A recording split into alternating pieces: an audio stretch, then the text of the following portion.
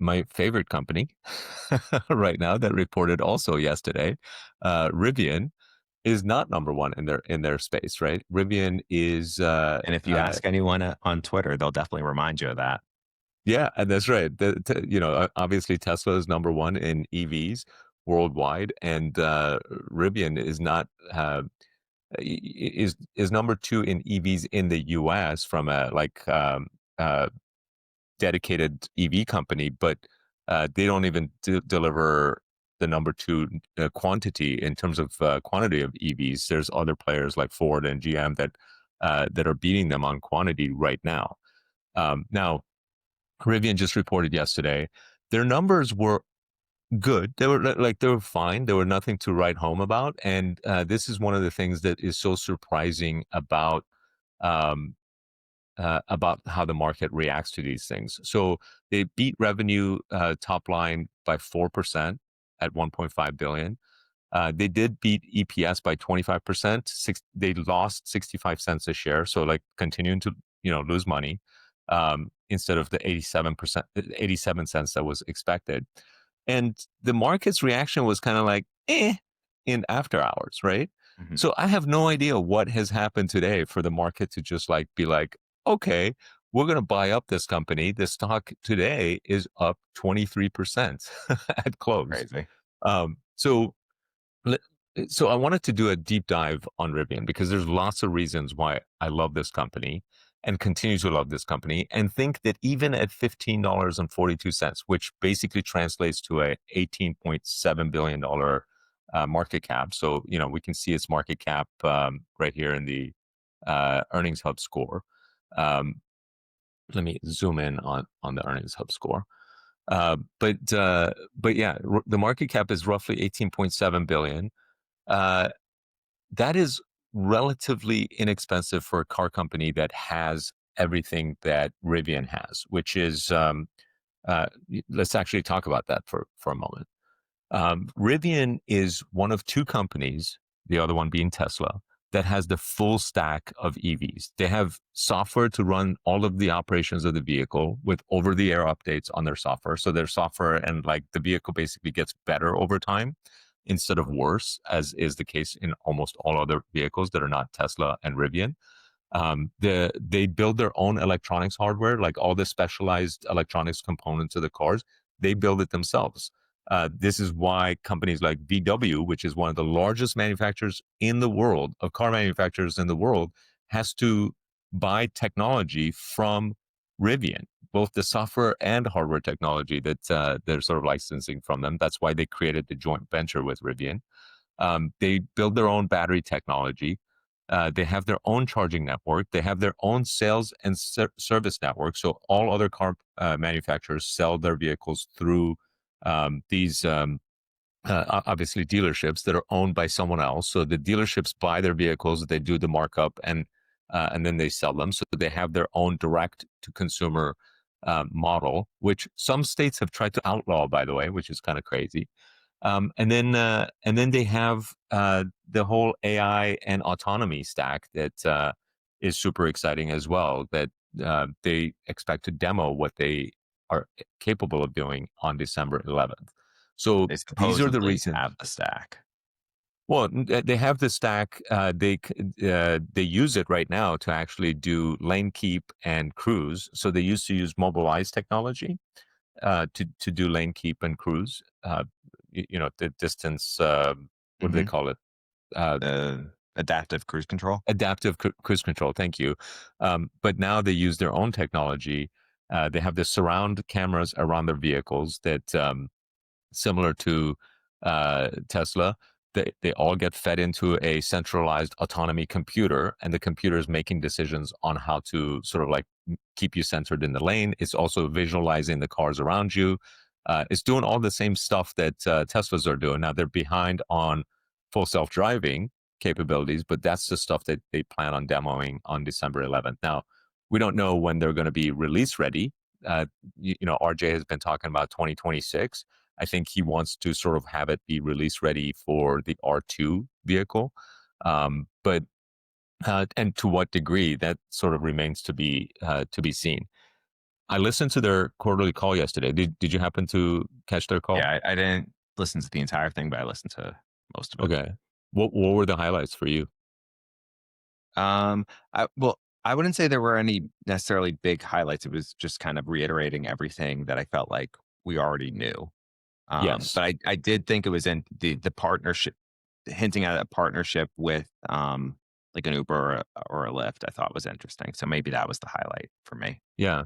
So some of the most interesting parts came in the Q&A where people were asking, "Well, what are you going to reveal on Autonomy Day?" And RJ was like, "Well, we're not going to talk about it in depth, but essentially we're going to show hands-free driving on more roads, and then beyond that is going to be hands-free point to point, which is sort of like following a map's directions, basically. Like you're at your house, you put in the destination, maybe your work or whatever, and the car could potentially make the turns and follow the map's guidance for you. So that is what he calls point to point hands free driving, but you still have to pay attention with your eyes. And then eventually eyes off driving on top of that. And the idea is that they're going to release these things on some roads first and expand the number of roads. And then, the capabilities are just going to keep getting better, much the same way that Tesla has over the past couple of years since they sort of really pushed the neural net based autonomy. The one difference between Rivian and Tesla, there's a couple of differences, and it's worth touching on.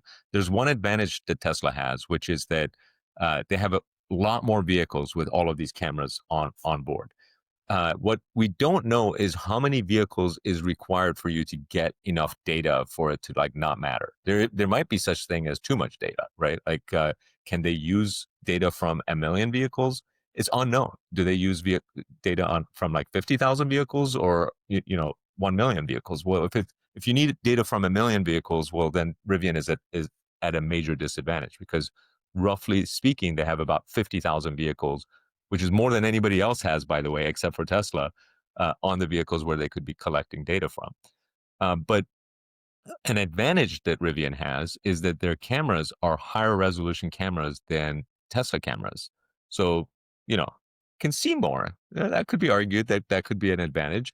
And then they also have LIDAR and radar built in. Now, the Tesla community will go over crazy over themselves that like Elon says video is the only thing you need. Humans don't have LIDAR and radar, and therefore video is the only thing that you need to do autonomy. Well, the reality is that Tesla hasn't proven that they can do autonomy completely yet. The only company that has is Waymo. They heavily rely on radar. So that's one thing.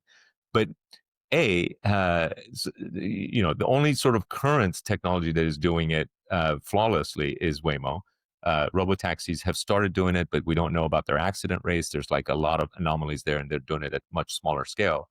Um, but the second thing is that we don't know if it's a detriment to have radar or LIDAR, meaning if you can feed the radar and LIDAR data also into the same neural net system, it's quite possible that AI will utilize that information in a positive way and enhance the driving experience and safety measures significantly. So that could be an advantage.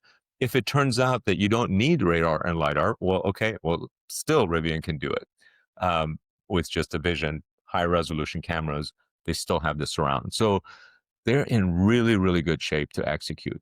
On the call yesterday, one of the things that came up again in the Q&A section is that people were asking, well, are you guys going to get into robotaxis? And RJ's response was great because he sort of is way more tame in his responses. He's not like, oh yeah, we're going to own the robotaxi industry the way that sort of like Elon goes after it or responds to things, but rather that like what we're focused on is delivering R2 and scaling it right now and delivering on some of these autonomous capabilities in the vehicles that we sell. Now, once we have that, well, sure, we could also do robotaxis and we might partner with like he didn't name Lyft or Uber, but we might partner with vendors who have ride sharing, and that is a great strategy, right? Like they might partner, maybe they'll do it on their own, who knows? But I say, let's wait until the technology gets there first. do you think But it's a better strategy to partner with Uber and Lyft, or do you no, think it's a better strategy to just do it on their own? Great question. I think they should do it on their own. And I think, I the think too. moat that Uber and Lyft have is all about like, okay, well, Uber has 100 million people that can bring into their network, obviously. So that would be fantastic. But I think that moat dissipates very, very quickly if you offer rides at incredibly low prices. And you can start low. And once you get enough people on your network, then you can raise the prices, right? So literally, they could start out free. Like imagine how many people would jump on a Robotaxi service if it could offer free rides, and then you just sort of like increase your price to, you know, whatever, like to roughly half the price of Uber, and eventually you're going to destroy Uber. And The other and this is the weakness, reason I sold the my Uber shares, by the way. right, the other weakness in Uber and Lyft's moat is if Rivian or another competitor needs is trying to beat Uber and Lyft, you could attack them city by city by targeted marketing. You can't really do that with like a similar company like Airbnb, where, instead of renting out your car, you're renting out your house, Right. effectively. But That's with right. Airbnb, you need to let people know from other areas that Airbnb is a thing, right? So it's a lot harder to compete with.